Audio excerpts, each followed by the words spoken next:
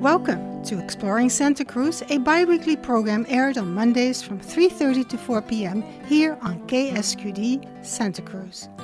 My name is Mathilde Rand, and I'm your host for this program. Today I'm talking with two writers, Laurie Corn and Sally Gray. Laurie Corn's The Half-Built House on the Hill is a memoir, and Sally Gray's Jack of All Trades is a novel, a fictionalized story of living in the San Lorenzo Valley in the 70s and 80s. Let's start with asking you both when and why you moved to the San Lorenzo Valley and where you lived. We moved to Ben Lomond in the winter of 1979 because my partner found a house under foreclosure. It was on the top of the hill, and when we saw the driveway, we parked the car and walked uphill. It was a beautiful house with a beautiful view and a terror every time we wanted to leave. Well, I guess there are two houses on a hill then. My husband Tom grew a garden in the fog belt of San Francisco when we were living there with our 1-year-old son, and decided he loved growing things and so wanted to buy a piece of land somewhere. Somebody at Lockheed where he worked told him, try Boulder Creek out in the mountains. You can still commute to Lockheed and there's land for sale. So we bought 3 1/3 acres for $14,000. Land was going cheap then, and that's the start of the house on the hill. That is indeed interesting that both of you had a house on the hill. Yes. So, Laurie, could you read part of what you wrote in your foreword to your book, sharing how the scraps of writing that you had saved for many years and actually helping your daughter understand more about the house on the hill? Yeah, she was only about 7 when we moved out of there and has vague and troubled memories. She was in her 20s and asked me about the half-built house, so I had to find all the wrinkled scraps of writing to make a book out of it. I already had the skeleton of the story, a book of poems written in the 70s, poems that held the raw passion of the mountain hippie, what with home birth, the sacred drugs, music, living in shacks like earthy peasants. We all felt the impending era of technocracy. We tried to slow it down and milked the counterculture lifestyle for all it was worth. But this book also exposes the underbelly of the 70s, the suffering of a trapped woman trying to be a wife and mother in the squalor of a fly-infested trailer and a half-built house. Now, Sally, your book starts with a description of dangerous Highway 17, where your male character, Jack, becomes General Mercy.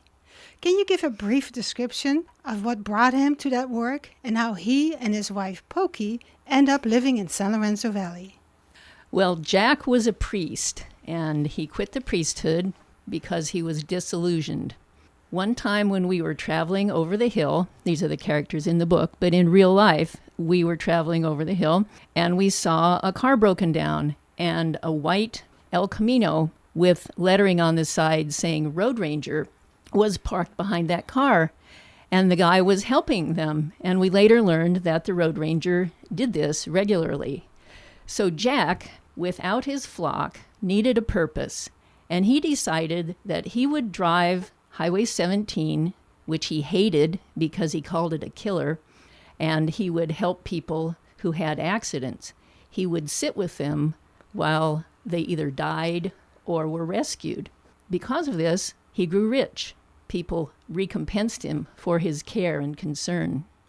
Now, the part in the book, fictionalized book, it's true that Highway 17 was called a killer, right? Yes.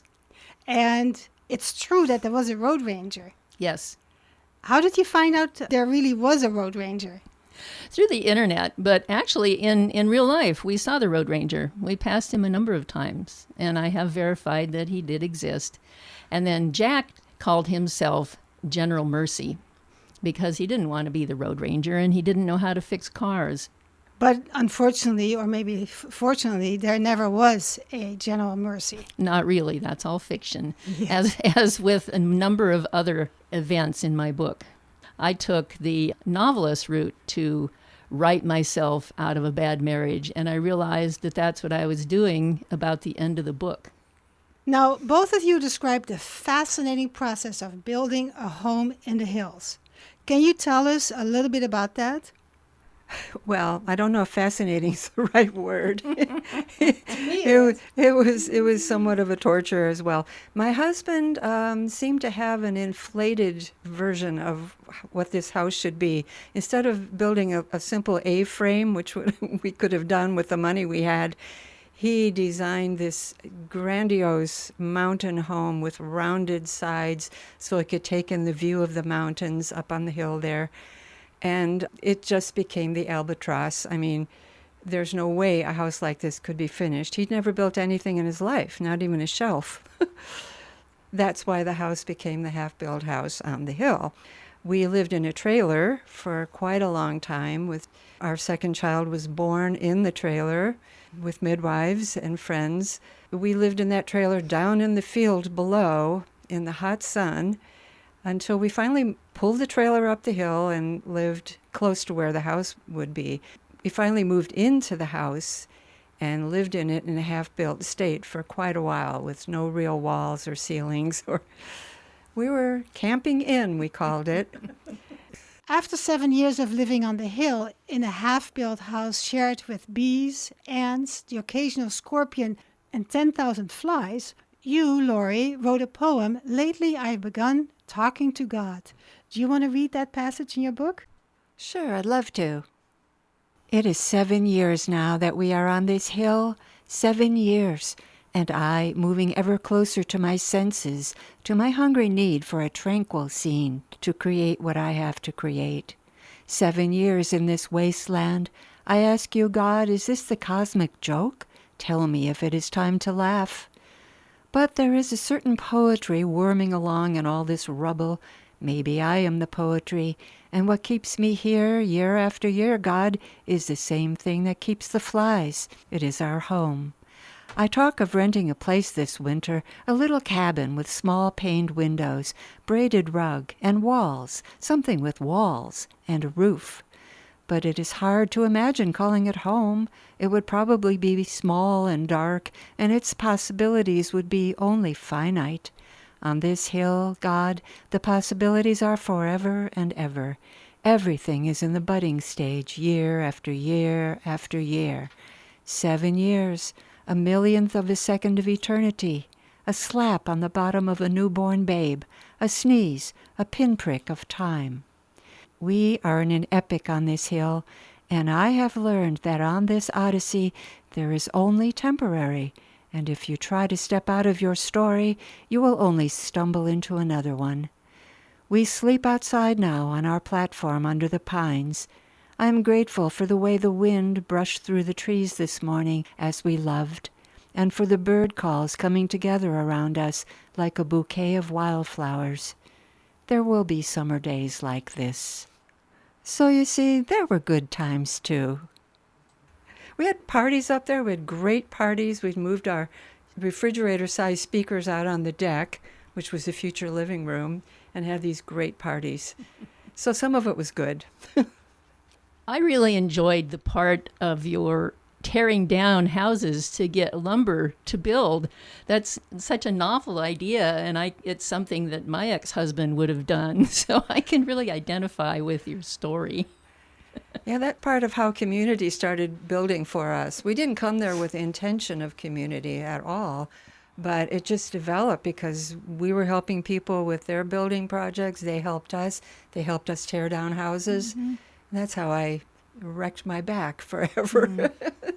My sense of community was different because we were isolated on our little hill in Ben Lomond, and we would have community for like soccer games or school, but really we were just up on the hill by ourselves. Mm-hmm. So I envy your communal experiences. But your story also brings out the Buddhist communities. Yes. That's kind of how we were kind of on the edge of the Vajrapani Buddhist community in the backwoods of Boulder Creek. And they had music night, and out of that situation came the Mostly Human Band, which played at all the parties, and things just grew, you know. And when I left my marriage, I moved to the edge of that Buddhist area. I could see the temple from the little cabin that I lived in, and I could hear the monks along the creek early in the morning chanting. So we were a stone's throw from one another, I think.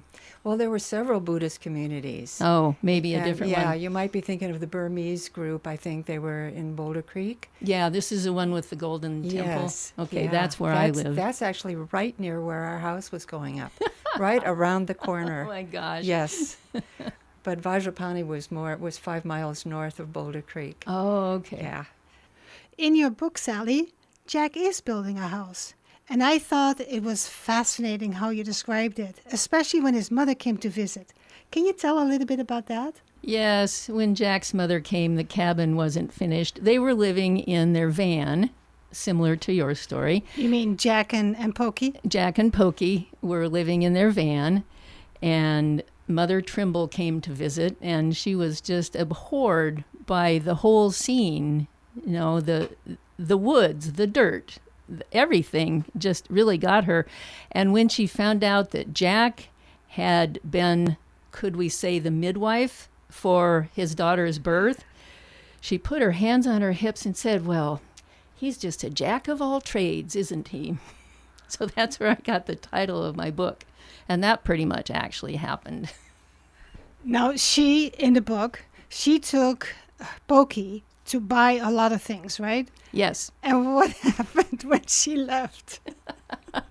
When she left, the truck with all the furniture arrived, and they sent it back to town because they didn't want it. But they wouldn't go back to town because they weren't the ones who had ordered it, so it was a debacle. Since you already started talking about community, because basically, you know, when we know that people live in the mountains, we think they're lonely, but that didn't happen for you, Laurie. And then in your book, it didn't happen either. No. Can you tell a little bit about how Jack and Pokey built community in your novel? And I think that arose from my isolation, but they meet people.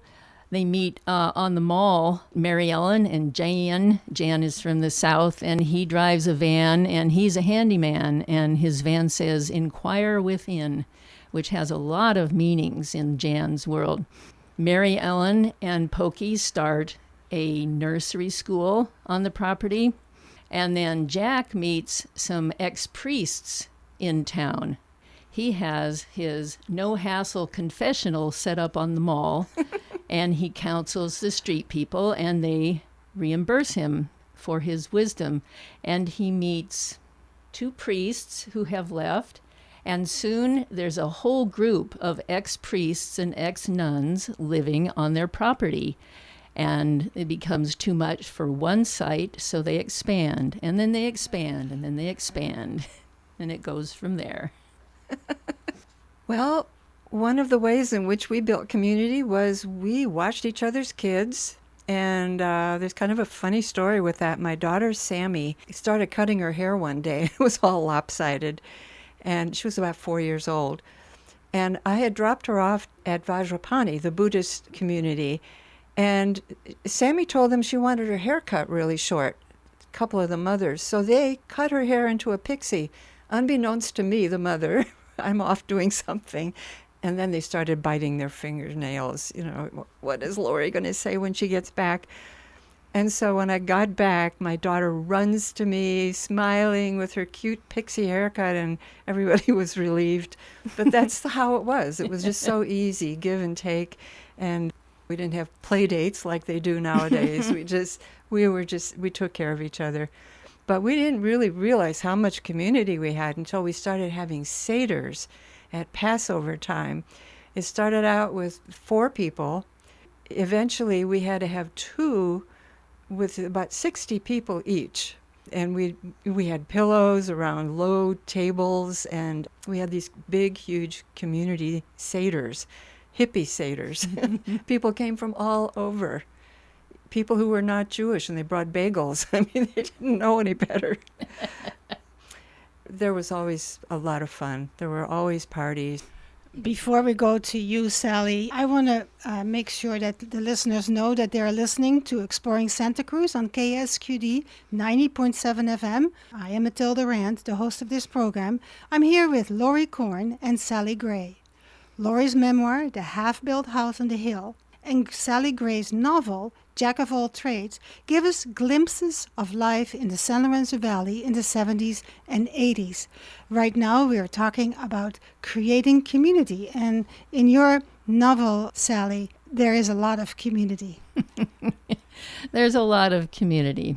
Well, there's all the nuns and priests, and then there's the people who planted the pot, and the narcs who started the fire that burned down the community, and everybody fled. But out of the ashes, the phoenix grew, right? Out of the ashes, the phoenix grew. And then Jack decided to take on legalizing marijuana and midwifery. Well, that reminds me of a lot of things. One thing is that we did run out of money eventually building our house, and Tom started to grow pot, of course. And he had these metal stands around the house. We didn't have any place to hide it, so he had to put it behind metal stands. So that was how we hoped to finish the house. He explained to my father, who was very interested in this. We got ripped off. It was more that you had to fear people in the area who might have known what you were doing. That was more fearful than the police. In both of your books, you're talking about childbirth and midwives. Let's talk about that. When we moved over, I was pregnant, and Annie was born at home up on that hill. Dan was paging through the emergency childbirth book, and I was in labor at 2 o'clock in the morning, and Annie arrived before the midwives. So I put that into my book, and that's part of the catalyst for the title, Jack of All Trades. Mm-hmm. And then I really wanted a midwife because I was poor, and that's another theme in the books. And you have a chapter on poverty, and so do I. Poverty was a real constrictor in those days, especially for women, I think, and women with children. But home birth experience was wonderful, and I really tinkered around with the idea of becoming a midwife, as my character Pokey does. I really used my midwife's name in the book, Karen Lang, and she was wonderful. They banded together and worked really hard to prevent women from being arrested for delivering babies, which I think is a crime. And eventually, midwifery, I like to say it that way. Midwifery sounds weird. Anyhow, midwifery is now legal, and I think the medical community has pretty much co-opted it, but it still goes on, and it's great for women living out in the woods like we did. That's what that era was all about, was going back to the older ways. I mean, most eras try to push forward with new things. This era was pushing back into old ways. When my second child, Samantha, was born in our trailer out in the middle of a field, it was the hottest day of the year. The midwives came, as well as my friend Karen, who was wanting to apprentice to the midwives. She lived in San Francisco at the time. And so she was there as an observer, but she was also a big help. She had a real feel for it. So they invited her into the birth community. I want to mention that during the prenatal time, I was going to an old Victorian in Santa Cruz where prenatal visits were held. It was Kate Boland's house. She was one of the ones who was arrested for practicing medicine without a license. Mm-hmm. A policeman started walking up the walkway, and we all hid in the backyard in the bushes, all the pregnant women, because she wasn't going to go back to jail again. So, yes, now midwives are licensed, and they have schools. And Karen, by the way, became the midwife for all of the Vajrapani women in the Buddhist settlement. She was always back there delivering babies, or catching babies, I should say. And I once went to a birth there. A friend of ours was giving birth to her second child, and all of a sudden people started gathering around, watching, unbeknownst to the couple. And after they had their child, they looked around and realized they'd had a tribal birth. And we all just sort of melted away. It was just so natural. You know, what's so interesting to me, Sally, is that you're telling a little bit about your own life, you know, the birth of your daughter, and then you put it in your book. So even though your book is not a memoir, it is based on true stories. And I read your book, and I I mean, I've wondered constantly what's really from her own life and what is not. So I'm glad that you're revealing some of it to us. And I knew that the Road Ranger was there. General Mercy, I didn't know for sure. The childbirth, I had heard, I came in 74 and I'd heard about the big struggle. I mean, it really was a big struggle. I remember even my husband got involved with that big fight and petitions and who knows what's going on. So I'm glad that is over with. Now, tell me, what do you know, because you both do no longer live in the valley. Are there still communities in the valley that you have contact with? And do they share some of the experience that you have, or are things a little bit more, let's say, modernized? I'm out of touch, so I have nothing to bring. Well, the people who lived in the backwoods, and I'm talking again about Vajrapani, some of them drifted to town at a certain time, but they're all drifting back there now. Those people have been some of the best buyers of my book. They all wanted to read about what happened, especially since they're in the book, too. Well, that's interesting. Yeah. Now, talking about books, Sally, in your novel, you have an interesting story chapter about marijuana and midwifery. Could you read us a little bit so people get a taste? Sure. It's a killer, Jack explained to an assembled multitude on the eve of the summer solstice. Highway 17 is a killer, and it's time somebody did something to stop this wanton criminal. Applause and cheering followed his remarks. Everybody at the retreat agreed with Jack about Highway 17, but we had heard it all before. We were anxious to have the speechifying over and the partying begun. Brother Tobias and Father Malachi had gone all out to construct a medieval summer fair with booths and games and entertainment, jugglers and minstrels and the like. Everyone dressed in Elizabethan costume, even Chastity and little George. In years to come, this medieval summer fair would evolve into a huge event involving the entire San Lorenzo Valley. In time, the summer fair would bring in barrels of money for the retreat, which was continuing to grow at an alarming rate. Jan and Jack were looking into buying land on our eastern and northern borders. They offered the Buddhists help in relocating, but so far negotiations remained closed. Jack's no-hassle confessionals, now known as the M&Ms, had spread throughout the country. By the end of the summer, Santa Cruz County boasted at least one kiosk for every 10,000 people. Even the smallest communities had one. Now that Jack had expanded to take on the dual M's, marijuana and midwifery, interest was growing across the state. By the time of our summer fair, we had approximately 231 men and 82 women at the retreat. Thank you, Sally and Laurie. So, as I'm listening to you, I'm wondering, what did this period of your life mean to you? For me, what I take away from this era is the concept of simplicity. I mean, in those days, it could take me a whole day to do laundry. I would load the laundry into my backpack and stand out at the bus stop with my 2 kids, go to town, do laundry, have French fries at Foster Freeze during the drying, load the laundry back in the backpacks and come back home. And I liked that. I mean, instead of forward progress in that era, it was a push backward to natural earth rhythms, women's moon ceremonies, back to Eden healing remedies, loose clothing, earth shoes, Birkenstocks, and most of all, slowing down and keeping it simple. That practice of simplicity is still with me. I keep it slow. For me, California was an eye-opening experience. I had come from South Dakota, and things are different there. It's all bound up with the growing cycles of the corn and the beef, and you're pretty much who you're supposed to be.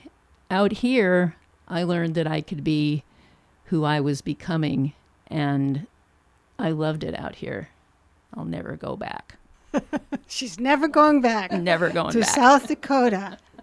Gosh, and there's so much space over there. Oh, yeah. I'm never going back to Toledo.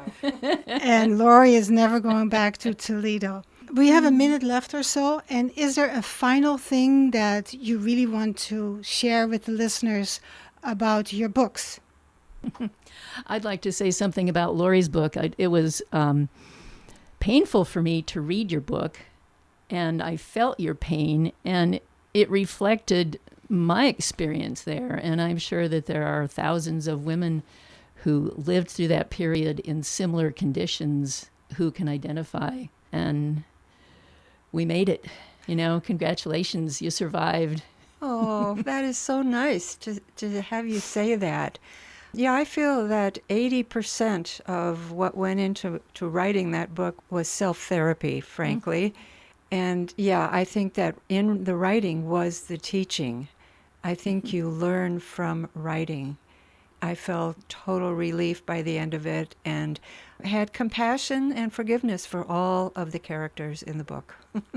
Well, having read both of your books, I was gripped by the idea that in a novel, you were able to bring out and gather and put in a very interesting and complex story of all these characters that are interacting with each other, a lot of what Laurie's experience was. So I am not sure how you did it, and I'm so glad I brought the both of you together. Yes. Now, am I not to understand that both of you have a daughter called Sammy? Samantha. And we spell Sammy the same way, S-A-M-I. Even though I had this gut feeling that I needed to bring the two of you together, I mean, I'm finding out today that there's even more things that binds you together. Mm-hmm. So I want to thank you, Laurie Corn and Sally Gray, for sharing your experiences, both real and fictionalized, of an important era in Santa Cruz County. Laurie Corn's book, The Half-Built House on the Hill, is available locally and online. Sally Gray's Jack of All Trades is available online. And thank you for tuning in to Exploring Santa Cruz on ksqd.org or KSQD 90.7 FM. I'm Mathilde Rand. Thank you.